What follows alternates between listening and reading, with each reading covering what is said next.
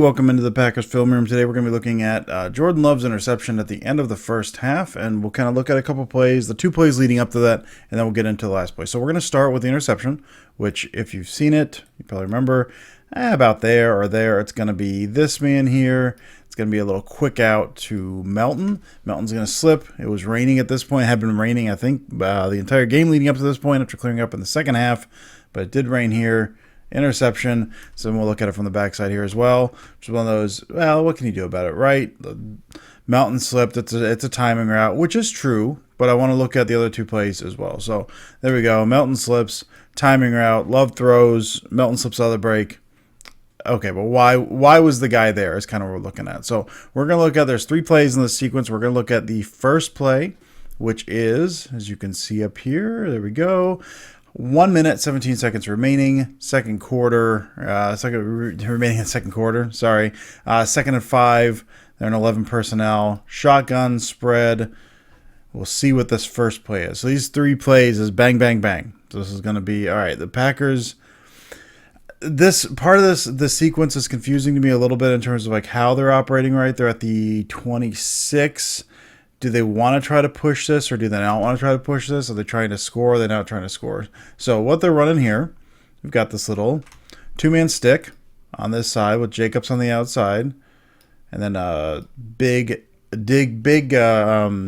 corner over the top there. And then we've got here, I think he hits like that. And it's like this drive concept on the backside, a little delayed drive. But this is what they're doing. He's going to hit the quick out, get Josh Jacobs out of bounds. Second and 5. All right, that's fine, right? You got right here, Jacobs going to run this little quick out.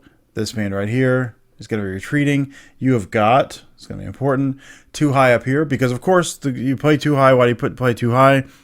You get more guys back there. You're not worried about the run. You don't need the extra guy in the box. You don't want to give up a big play at the end of the first half. Keep everything in front of you. Rally and tackle. If they pick up 5 yards, it's not going to kill you. Now, on this play, they want 5 yards, right? You want to keep this drive going. So there we go. Out of the break, right here. Back foot hits. He's already in the act of throwing. You got Jacobs running. You got that guy bailing. You got this guy breaking down here. That's fine. Get the quick pass. Josh Jacobs. Get out of bounds. First down. Perfect. All right. Look at it from the backside real quick. Just because we have the angle we can. Doop, doop, doop. Plant, throw, Jacobs, first down. Piece of cake. All right, man. Now we got first and 10. 1:12 remaining in the second quarter. That took, was it 5 seconds? So 5 seconds off the clock. A little quick out there. First and 10. You going to go downfield here?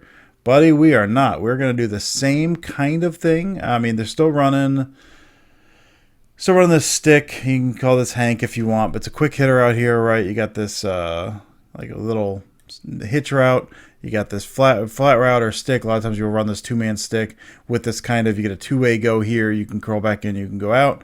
And right here, you do there. We'll call that Hank for now. On the backside, you've got, I think it's going to be a hitch and a big dig over the top. Trying to hit something there, potentially, if it's there. But really, I think Love's looking right there. 3-step drop. It balls out. Gain of 5. Dude, we got 1 minute and 12 seconds left. What do we do? Are we looking for the field goal with Braden Arvison for 50 yards or something? Like, I understand to some extent trying to do this, but if you want to try to go for a touchdown here, it's 1 minute 12 left, dude. Push it a little bit more. But he's hitting. He's looking at the linebackers here, right? He's reading this guy right here. Keep saying right. I apologize. I don't know why I keep saying that. Right there. Got this little, we know he's going to break out. We got this little hitch right here.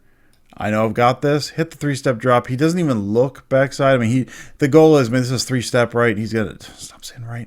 3-step over here. Hit that if he likes it. If he doesn't like that, transition to, I don't know, either 5 or 7. Hit that backside dig is what he's working right here. He likes the 3-step. Throw Tucker Craft. Get out of bounds. All right, what have we seen so far? We have seen, and right now, we're going to watch this boundary. Again, too high. I think he's sitting high. He's pinched down a little, but I think he's kind of taking that deep part. Look at the boundary. Look at the boundary guy because he's on Watson. Got the quick to Craft. This is 2 plays in a row. We got quick hitters to the boundary. He's kind of going out. Watson's not really pushing him too much. He stops there. He's holding up. He starts breaking down on it as it's thrown. All right.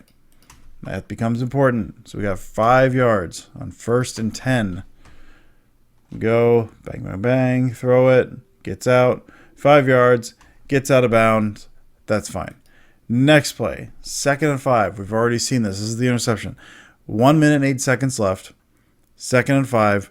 They're now at, you've taken, I mean, it's only 10 seconds off the clock, but they're not really pushing it at all. They've not shown that they're trying to push it at all.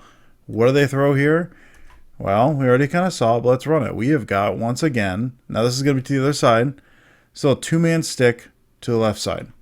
All right, and you've got this spin concept, or I think bow, I think is what it's called, over here, which is going to be, I think, this hitch here. Got that over the top, but then over here, you're running, and this is kind of confusing to me a little bit, and we'll get into this. Quick out, looks like hitch from the outside. So 2-man stick concept here. A lot of times they'll run this instead of the, and we'll talk about why, and why maybe they should have done this here, and why that maybe would be taken away. Sometimes they'll run vertical. They'll run 1-man stick to the vertical, clear this dude out, and then you throw this underneath. The problem now, we have now seen 2 straight plays of them throwing these quick hitters. So watch the boundary here. He's turning. You've got this. They're going to break to this too high. They kind of look single high post or pre-snap. They're going to break to too high, which again they've been showing so far because there's a minute left in the half. You don't want to give up anything big. Watch this guy here. Now, usually, a couple different things. If they run this with a runoff, this guy's still probably here. He's still looking to trap this. What he's trying to do, you kind of run, but you've seen that quick hitter. You got eyes back, and you're there to trap. And the reason they can do this is because you've got the too high. So you're capping. If they run this vertical route here, you're capping that. And now you've got a window to hit that. That ball's got to be out quick, and it's got to be perfect because this guy can buzz over there. So you got this kind of small window to hit that if you want to hit that. But you've been running this quick out already. So he's kind of looking down either for Dobbs or Melton. So instead of kind of bailing on this initial vertical push from Dobbs, even though Dobbs is a hitch, even though he's running a short route, he does push vertical. Instead of kind of bailing on that, as he may do regularly, you've now seen those 3 quick hitters. He's looking to trap. So this guy's got inside shoulder. Love reads this. Now, Love has read the trap before. He's done a very good job with it. He doesn't see it here. It's not very obvious. They do disguise it pretty well. Again, watch this guy on the boundary here. There's number 23. Oh, I'm sorry. Watch number 23 on the boundary. He's not truly bailing. He's going to flip his hips. He opens up, eyes the entire time back at Love. He's looking to trap this. Love doesn't see him. Hit that the top of the drop, and then he's driving on this. So if this was, again, I don't know if this changes anything if those other plays play out differently. But you've seen 2 straight plays. The defense has seen 2 straight plays of attacking the boundary. Yes, the left boundary, but attacking the boundary with 3-step concepts.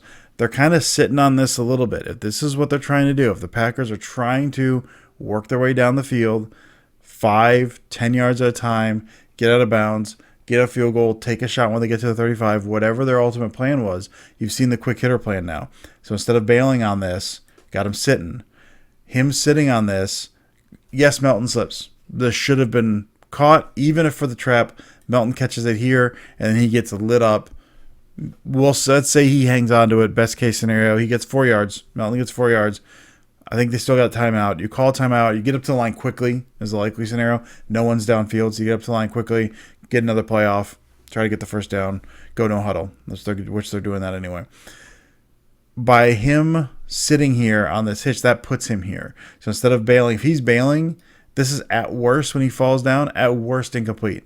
This defensive back is in the position he is in because he's trapping, and I believe the reason he's trapping is because we've seen those quick hitters to the boundaries this entire, for the 2 plays before this, that looks to be the Packers strategy going in here. That puts him in the position there. We'll get it to the backside and get out of here. So, and I don't know if the sequencing, the play calling, I don't know if that's something the defense was looking at.